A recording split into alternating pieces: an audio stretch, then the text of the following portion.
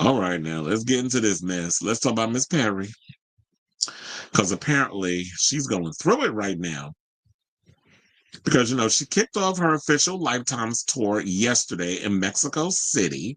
She's going to be in the U.S. in 2 weeks. I believe she starts her tour in Houston, Texas in 2 weeks. But yeah, the girl's struggling. She's struggling to sell the U.S. legs tickets.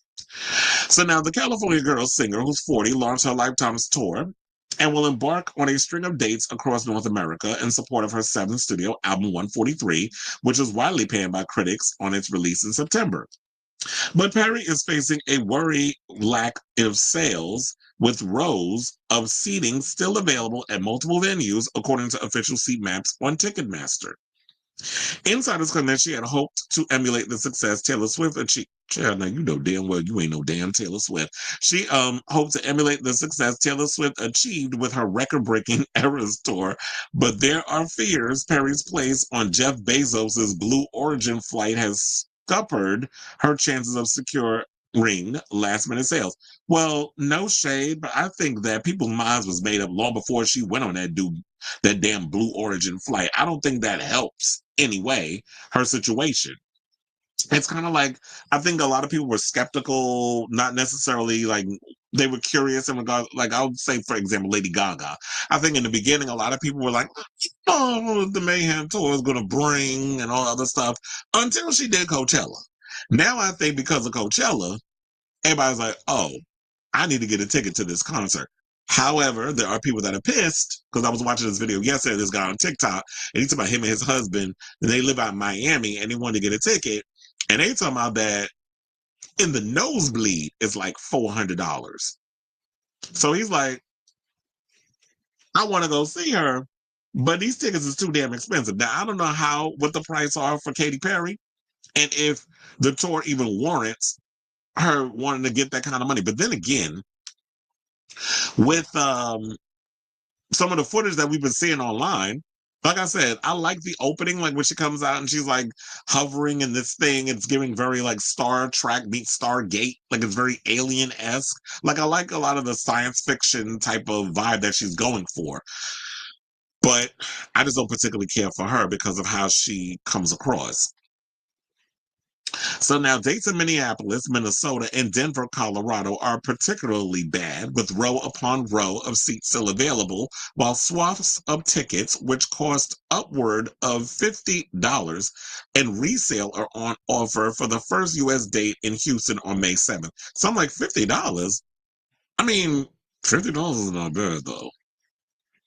So yeah, so we have that picture, and then yeah, there's her there. Isn't that when she won the VMA?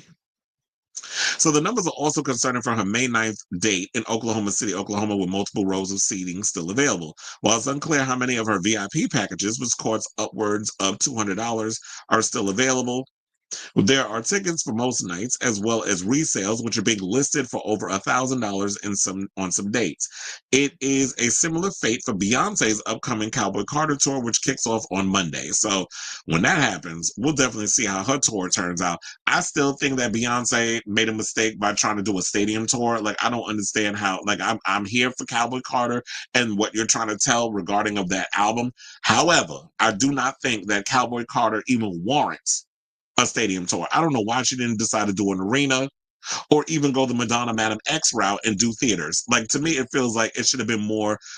Cowboy Carter gives me intimate. There's nothing intimate about doing a stadium tour. I worked stadium tours and I worked arena tours and I worked theater tours. So they all warrant different things depending on the music.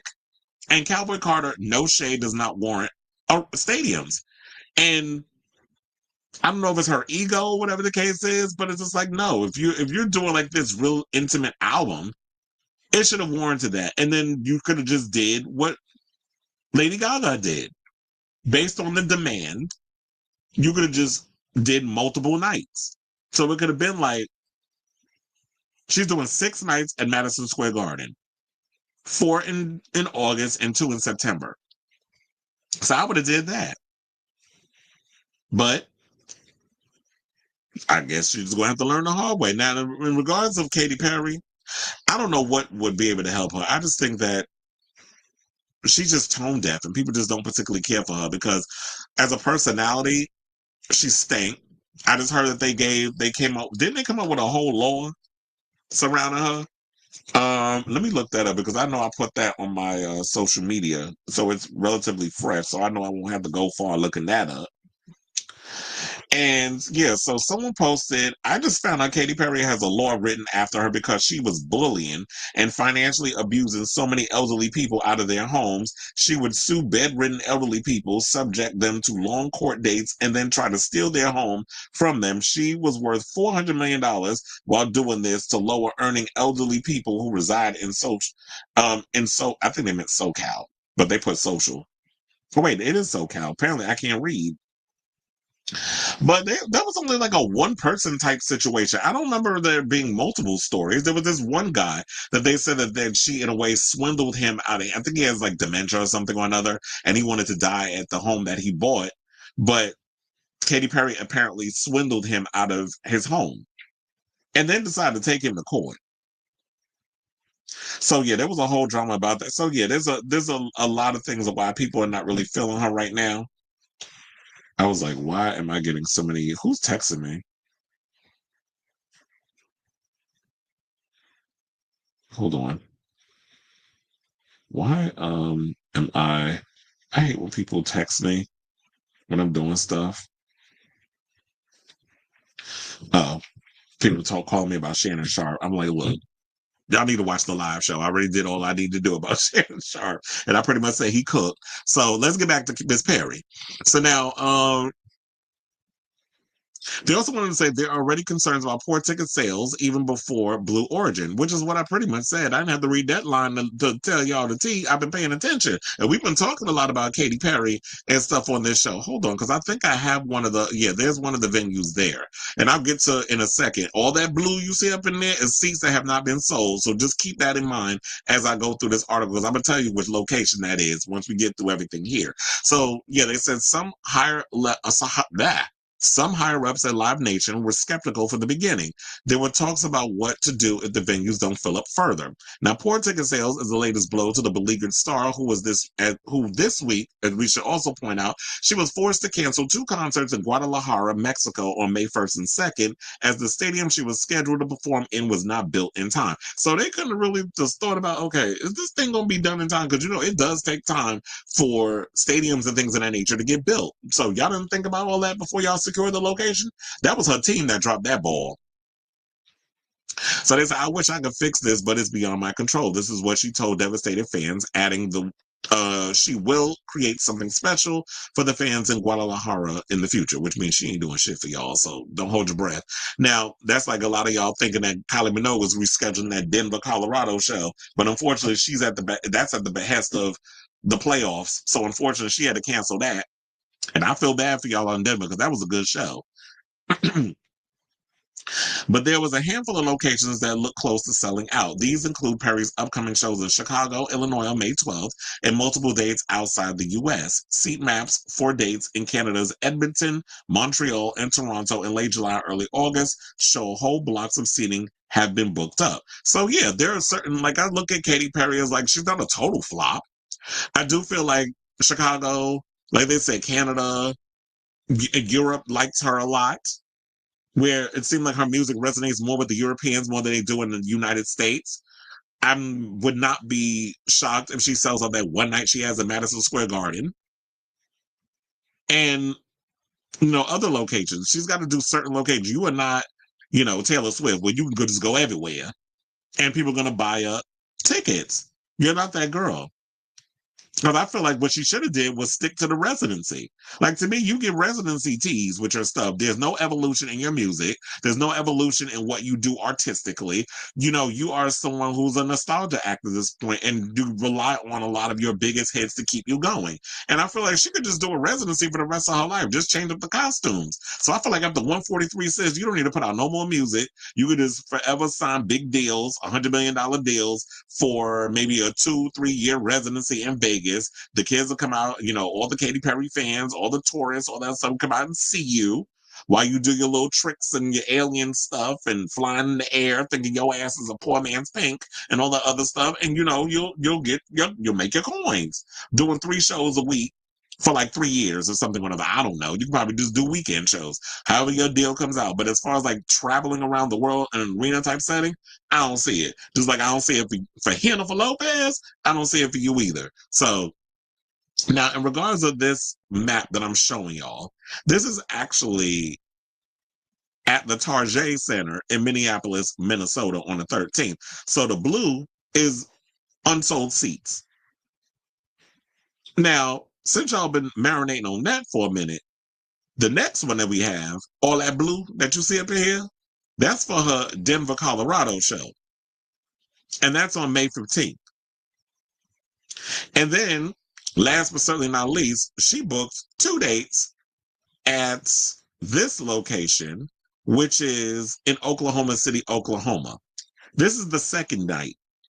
She's been struggling to shift tickets. So I'm guessing the first night she did well with selling tickets to Oklahoma City. And they were like, you know what?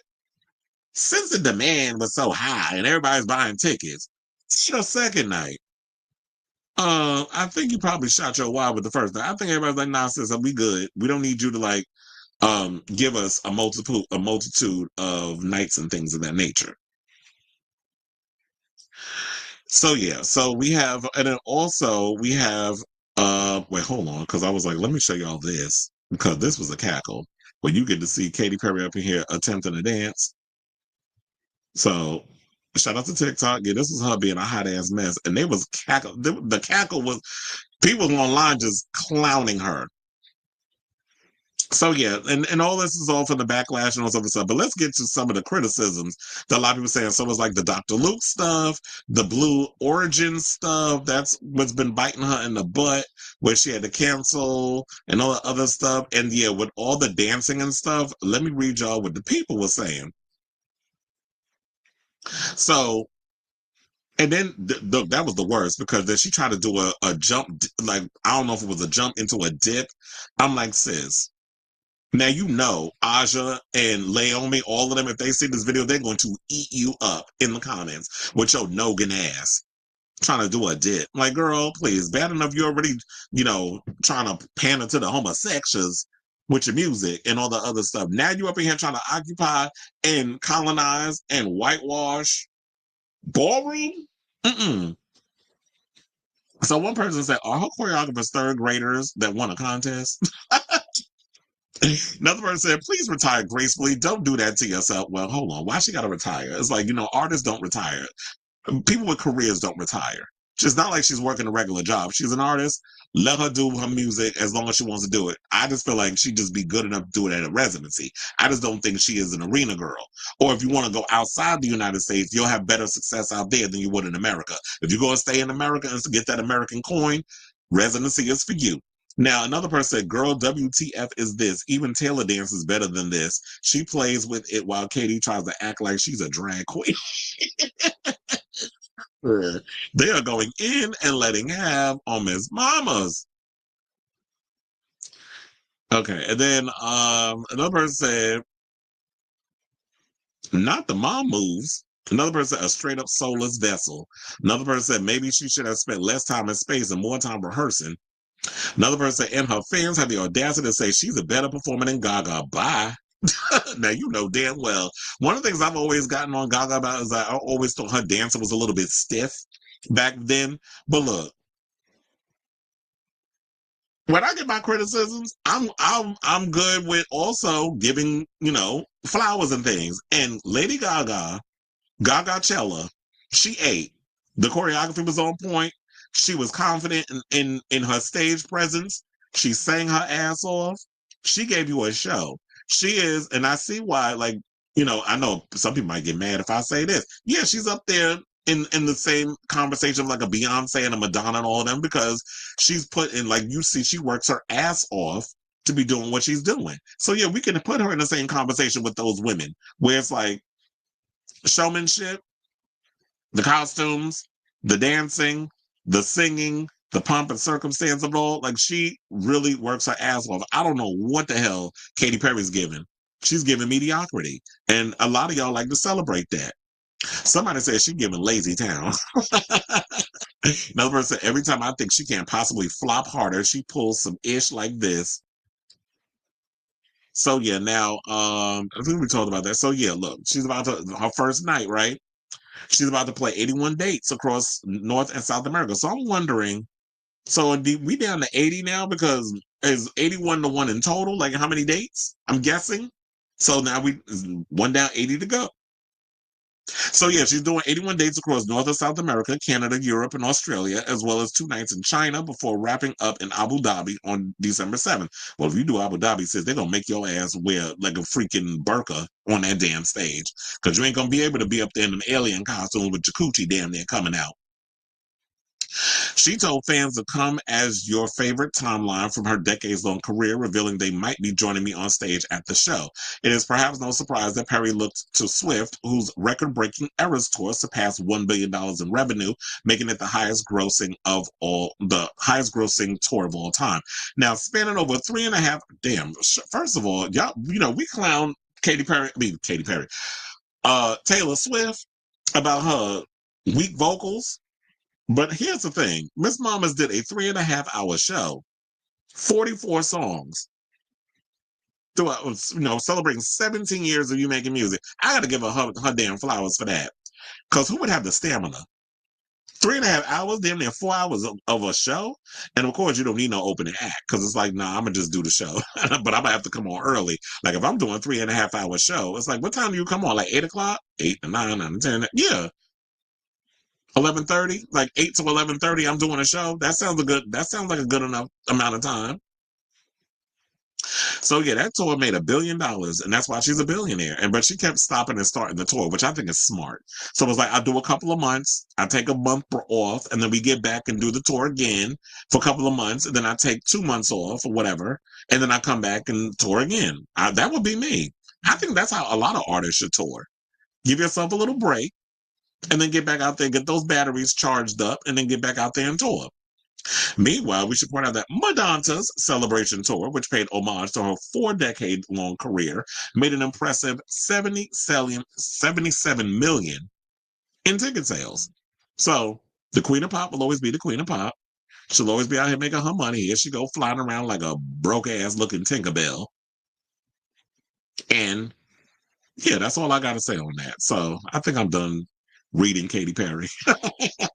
But I want to hear from y'all. What do y'all think of this story in regards to her still out here struggling to sell them tickets? And we're not talking about the Europe and all that other stuff. We talking about the United States. And I showed y'all the evidence, and y'all still come up in here with the damn denial. Katy Cats, if y'all want to still act like the Nile is only a river in Egypt, then y'all go ahead. But I just want to, I don't make the news. I just report it. And I come with the receipts. So let me know what you guys think of this story in the comments down below.